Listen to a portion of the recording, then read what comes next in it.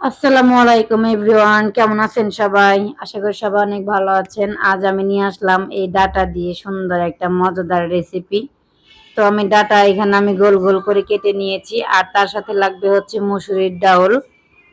তো আমি মসুরির ডাউল সিদ্ধ করে নিয়েছি। তো আমার তরকারি কাটা কোটা শেষ। এখন আমি চুলায় একটা কড়াই বসিয়ে দিয়ে সেইখানে হচ্ছে আমি রসুন আর পেঁয়াজ দিয়ে নাড়াচাড়া করে নিচ্ছি। তার মধ্যে দিয়ে দিলাম কাঁচামরিচ, আর আমি কিন্তু আগে থেকে ডালটা সিদ্ধ বসিয়ে দিয়েছি।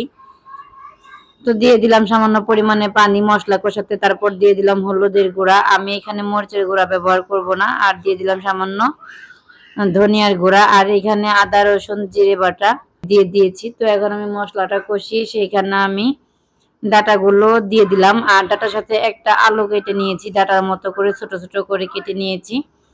তো নেওয়ার পরে এইখানে আমি এখন ডাটাটা আমি ভালো করে কষিয়ে